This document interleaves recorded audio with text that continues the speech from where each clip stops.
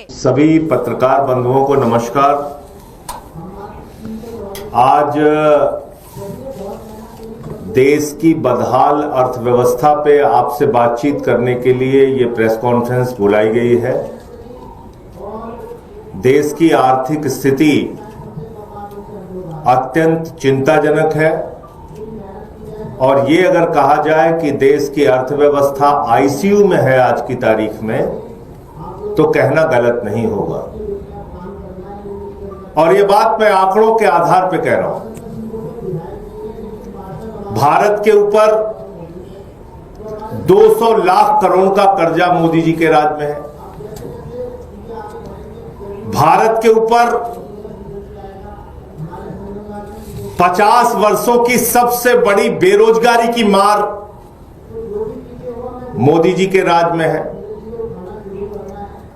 भारत में जब प्रधानमंत्री नरेंद्र मोदी जी की सरकार बनी, यानी कि भारतीय जनता पार्टी जब सत्ता में आई, उस वक्त डॉलर की कीमत थी 60 रुपए, आज की कीमत है डॉलर की 87 रुपए। खुद प्रधानमंत्री जी के शब्दों में उन्होंने 2014 के पहले एक सभा में कहा था कि जब रुपए की कीमत गिरती है तो हिंदुस्तान की इज्जत गिरती है। और आज पिछले 10 वर्षों में रुपए की कीमत मोदी जी के राज में लगातार गिरती गई और 60 रुपए से 87 रुपए पे डॉलर पहुंच गया। देश में पिछले 4 वर्षों में सबसे कम जीडीपी ग्रोथ यानी कि 6.4% इस वक्त दर्ज की जा रही है। और पिछले 5 महीने में शेयर मार्केट का जो हाल है, पूरी दुनिया हैरान है इस बात पे, पूरा देश हैरान है इस बात पे कि 2024 में प्रधानमंत्री जी ने चुनाव के पहले एक इंटरव्यू में कहा कि खूब शेयर खरीदो, खूब शेयर खरीदो। 4 जून के बाद देश की अर्थव्यवस्था आसमान पर पहुंचने वाली है। जितना पैसा शेयर में लगा सकते हो लगा दो। अपनी गाड़ी कमाई का पैसा, अपने घर में बचत का पैसा, सारा पैसा शेयर मार्केट में लगा दो। ये किसने कहा? भारत के प्रधानमंत्री आदरणीय नरेंद्र मोदी जी ने। और उनके भरोसे पर, उनकी बातों पर यकीन करके देश के करोड़ों लोगों ने अपना पैसा शेयर मार्केट में लगा दिया। और पिछले 5 महीने में लगातार शेयर मार्केट गिर रहा है। 94 लाख करोड़ रुपए। आप सब वरिष्ठ पत्रकार हैं, समझदार हैं, बड़े पढ़े लिखे हैं, लेकिन मैं अगर आपको ये फिगर कहूं लिखने को तो आप जीरो लगाते लगाते थक जाएंगे। 94 लाख करोड़ रुपए आप लिख नहीं पाएंगे। देश के करोड़ों लोगों का 94 लाख करोड़ रुपए शेयर बाजार में डूब गया 5 महीने के अंदर, और कहीं कोई एक शब्द बोलने के लिए तैयार नहीं है। जो प्रधानमंत्री कहते थे कि खूब शेयर बाजार में आप जाइए और शेयर खरीदिए, 4 जून के बाद देश की इकोनॉमी आसमान पे पहुंच जाएगी, अर्थव्यवस्था आसमान पे पहुंच जाएगी, वो प्रधानमंत्री देश के करोड़ों लोगों का 94 लाख करोड़ रुपए डूब गया, उनकी जिंदगी की गाढ़ी कमाई का पैसा डूब गया। एक शब्द बोलने के लिए प्रधानमंत्री जी तैयार नहीं है, कोई जिम्मेदारी लेने के लिए तैयार नहीं है। लेकिन ये हुआ कैसे? क्या कारण है इसके पीछे? और कितनी बार ठगा जाएगा इस देश का आम आदमी? कितनी बार ठगे जाएंगे देश के करोड़ों लोग जो अपने मेहनत और परिश्रम से कमाते हैं और पैसा अपना बैंकों में रखते हैं, शेयर बाजार में लगाते हैं। हर जगह उसके साथ धोखाधड़ी, हर जगह उसके साथ ठगी, हर जगह उसके साथ लूट। आपको अंदाजा है, भारत के प्रधानमंत्री आदरणीय नरेंद्र मोदी जी ने अपने चंद मित्रों का 16 लाख करोड़ रुपए माफ किया। यह भी फिगर बोलूंगा तो लिखते लिखते आप थक जाओगे। 16 लाख करोड़ रुपए। ये 16 लाख करोड़ रुपए मेरे दोस्तों किसका है? क्या यह प्रधानमंत्री जी का पैसा है? क्या यह आरएसएस के लोगों का पैसा है? क्या यह बीजेपी वालों का पैसा है? नहीं।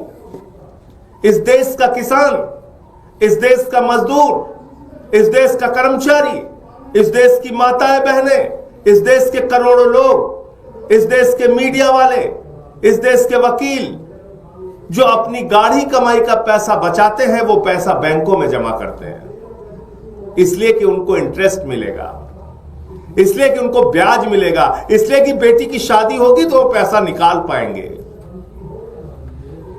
लेकिन उन्हीं पैसों को अपने दोस्तों को बिना सोचे समझे प्रधानमंत्री जी ने लोन दिया।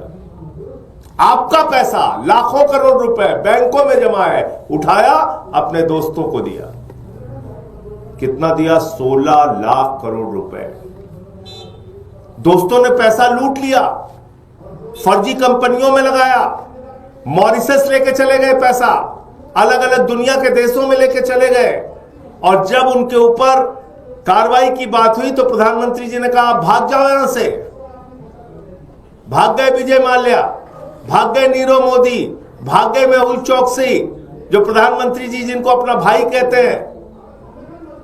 देश का हजारों लाखों करोड़ रुपए लूटकर हिंदुस्तान के ये चंद पूंजीपति जो प्रधानमंत्री जी के दोस्त हैं, वो हिंदुस्तान छोड़ के भाग गए। पैसा आपका डूब गया। आप बैंकों में पैसा जमा करते हैं, आपका पैसा डूब जाता है। आप शेयर बाजार में पैसा लगाते हैं, आपका पैसा डूब जाता है। आप बाजार में कुछ खरीदने के लिए जाते हैं, सरकार आपसे टैक्स के ऊपर अनाप शनाप टैक्स लगा के आपसे पैसे वसूलने का काम करती है। मैं कुछ फिगर बताना चाहूंगा। इस देश में याद रखिएगा, हैरान करने वाली बात है, इस देश में आर्थिक असमानता के मामले में भारत 100 वर्षों का रिकॉर्ड तोड़ चुका है। यानी कि अंग्रेजों के शासनकाल में जो आर्थिक असमानता थी, आज प्रधानमंत्री नरेंद्र मोदी जी के कार्यकाल में भी वही आर्थिक असमानता है। 100 वर्षों का रिकॉर्ड आर्थिक असमानता के मामले में भारत ने तोड़ दिया है। यानी कि जितना 100 वर्ष पहले आर्थिक असमानता थी, गरीबी अमीरी का अंतर था, उतनी ही गरीबी अमीरी का अंतर आज है। इस देश में आप कल्पना कीजिए, आर्थिक असमानता एक पक्ष है, लेकिन 100 करोड़ लोगों के पास अपनी जरूरत के अतिरिक्त कुछ भी खरीदने की शक्ति नहीं बची है। और ये फिगर बिल्कुल साफ तौर पे समझ में आता है। 81 करोड़ लोग ऐसे हैं जिसको सरकार खुद मानती है कि वो राशन दे रही है।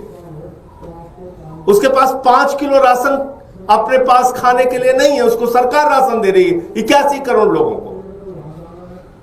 और बाकी लोग इसी आर्थिक असमानता के चक्कर में ठोकर खा रहे हैं। तो करीब करीब 100 करोड़ लोग ऐसे हैं जिनके पास अपने जरूरत के अतिरिक्त कुछ भी खरीदने के लिए पैसे नहीं है। इस हालत में देश की अर्थव्यवस्था है। लेकिन बड़े अफसोस के साथ कहना पड़ रहा है कि इस पर कहीं एक आवाज नहीं निकल रही है, कोई एक शब्द बोलने के लिए तैयार नहीं है। कोई सरकार का प्रतिनिधि, प्रधानमंत्री जी, वित्त मंत्री जी, गृह मंत्री जी, जो आपको प्रेरित करते थे, चिल्ला चिल्ला के कहते थे शेयर में पैसे लगाओ लगाओ लगाओ, वो एक भी शब्द बोलने के लिए तैयार नहीं। आपको चौराहे पे छोड़ दिया गया है। अपनी बदहाली की जिंदगी में जियो। आत्महत्या करते हो तो कर लो, महंगाई बढ़ रही बढ़ने दो, देश कर्ज में डूब रहा है डूबने दो, आर्थिक असमानता बढ़ रही बढ़ने दो, बेरोजगारी बढ़ रही बढ़ने दो, किसान आत्महत्या कर रहा है करने दो। ये हालात हैं इस वक्त देश के। तो इसलिए मैं इस देश के लोगों से भी हाथ जोड़कर विनती करना चाहूंगा कि न समझोगे तो मिट जाओगे।